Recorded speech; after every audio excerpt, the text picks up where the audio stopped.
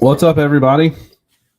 It is Wednesday, and it's been a pretty big news day, if you will, in the mortgage industry, just with the different things that are going on. And one of them is a big announcement. So, kind of, it's going to be positioned as a big announcement, but let's actually talk about it. So, what we're going to talk about in this video today is the FHFA has agreed to remove the DTI LLPA, which stands for Loan Level Pricing Adjustment fee. Okay. Now, before I jump into what they've announced, let's discuss how we got here.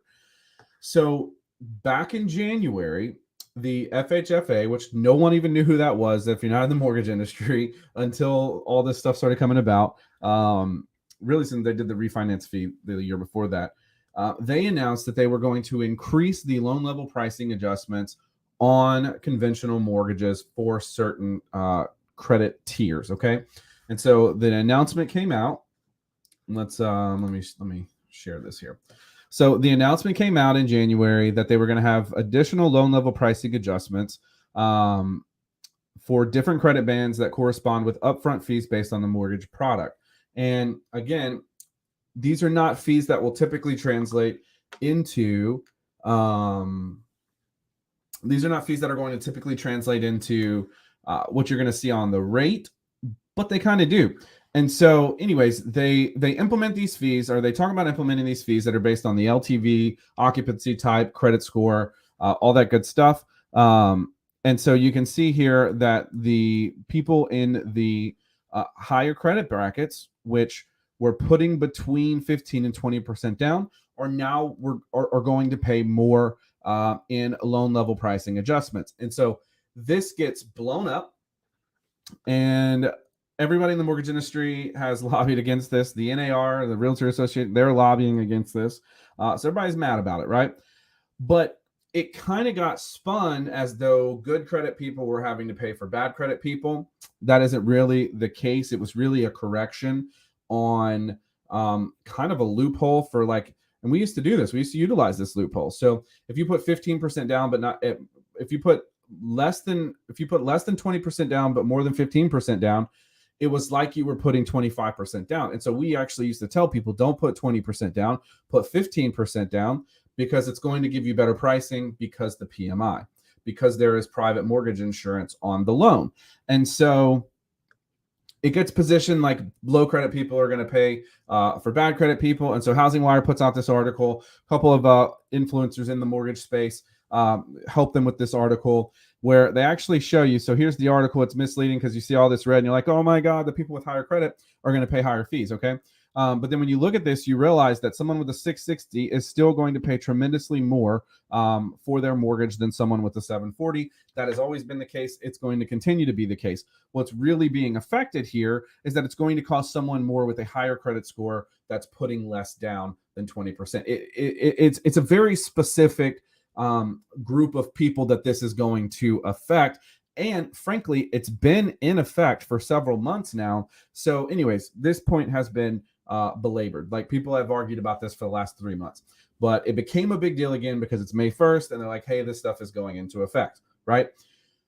Well, today, and why I'm doing this video is because I've already seen posts that have said the FHFA agrees to remove the LLPA, which is not the case. It is not true. What has happened today, let's see, breaking news from NMP. Thank you, NMP. Shout out to NMP for not blocking their content behind a paywall. You are the real MVP today in MP. So, because I had this up in Housing Wire, and Housing Wire said you've reached your max number of free articles. So the NMP comes out today, or the FHFA, not the NMP, and they announced that they are going to rescind the DTI-based loan level pricing adjustments. And so I'm seeing posts already of people saying that they're getting rid of the fee. That is not what's happening. What's happening here is they are saying that the debt to income portion of this loan level pricing adjustment is being rescinded. But spoiler alert, it had already been delayed until August. So this wasn't included in the LLPAs that were active for files delivered May 1st, meaning that this has been in place since about March. The DTI portion never got enacted because there was such a pushback. And I'll just give you a breakdown of what it is. The DTI portion was going to add an additional loan level pricing adjustment for any loan that had a DTI, a debt to income ratio of 40% or higher.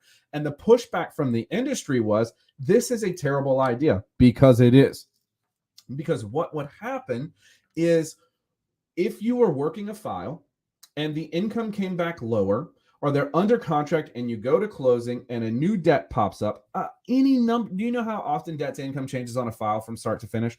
Any number of things can happen. The client could go buy furniture. There's just all these different things, right? If it went over 40%, you now were going to have another substantial loan level pricing adjustment that was going to increase the closing cost or increase the client's interest rate, which is hard to do because of how we're governed and how we can't increase the rate once it's locked and it's been disclosed. You have to start all the way over. So anyways, the industry pushes back and says, hey, guys, hello, this is a terrible idea.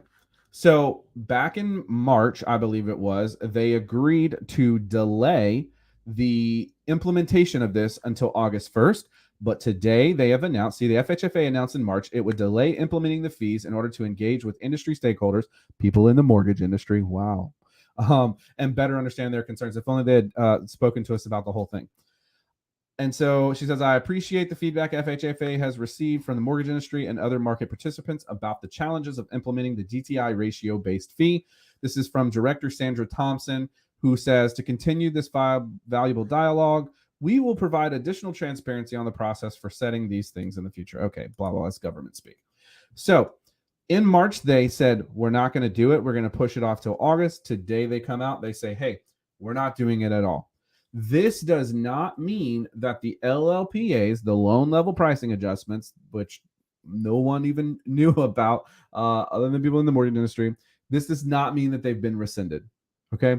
This just means that something that was already delayed, they have agreed to completely and totally remove it. So this is not them removing the loan level pricing adjustments in totality.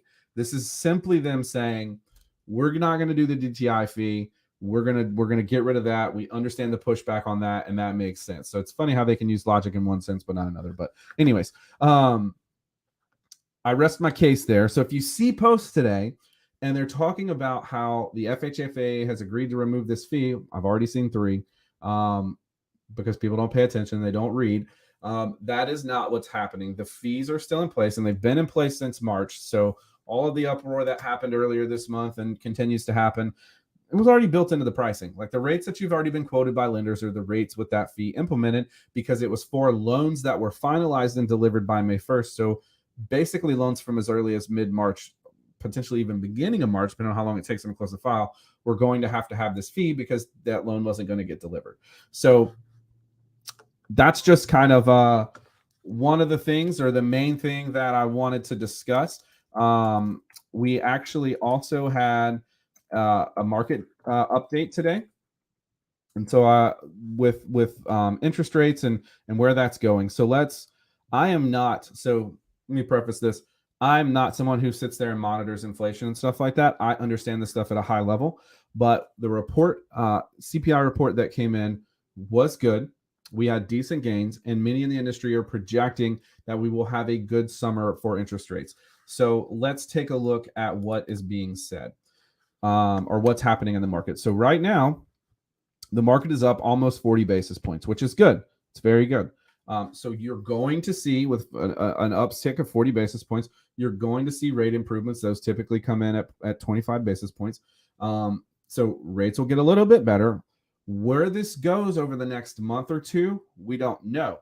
But the report indicates that we are in a positive trend where we could begin to see a continued improvement on rates. I'll preface that statement, though, with saying every time we've predicted that this would be the beginning of a trend, rates have spiked or something has happened. So you have to take it with a grain of salt, because there are other factors at play in the market. And so I do believe this is the beginning of a long trend of things coming down. Where they go down to, everyone's predictions have been off. We're hoping to see, low five or upper fives, mid fives, instead of upper sixes or where we're at, maybe low sixes. So anyways, the market is up based on that data today. So for those of you that are interested in that and that follow me, that's what's going on. I think that this summer, let's talk. I think that this summer is going to provide a lot of people with an opportunity to get into the market. I think with the rates softening, and we look, right, and we've trained people to look at the number, the rate itself. There are other factors that go into purchasing a house. One of the things that excites me the most is when you begin to stabilize, when the market gets unstable. Let's go to the negative side. When the market is unstable, pricing is all over the place. This is where you begin to see origination fees tacked onto rates where there's no par rate, meaning the client can't get a rate that doesn't cost them $1,000 or $2,000 or $500 or whatever the case is, right? As the market settles down, as it becomes more predictable, as trends last longer and longer, those things become less of an issue. And so, yes, I am very excited about rates potentially coming down, about inflation reports reflecting that the policy is working, however it can work when you have this many banks fail. But what most excites me is stability in the market. And I think that stability in the market throughout the summer is a good thing because you have a lot of sellers that are not selling their homes. And thankfully, like we don't make a living on this, but thankfully there aren't a bunch of buyers flooding the market. If you see rates begin to continue this downward trend and we get back into the fives, you're going to see buyers start coming back in droves like they did the last time they dipped into the fives. We got 12 contracts in 2 weeks.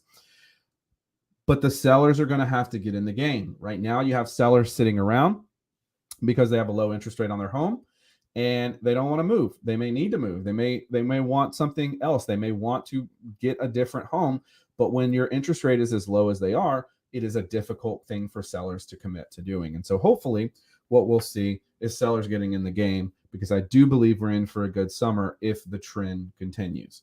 So anyways, that's a little bit about what's going on today. It's a big news day. So I just figured I'd jump on real quick because a lot of people are already starting to post about this and the information is so. So if you have any questions, drop a comment, shoot me a DM. I'm happy to answer. I'll talk to you guys soon.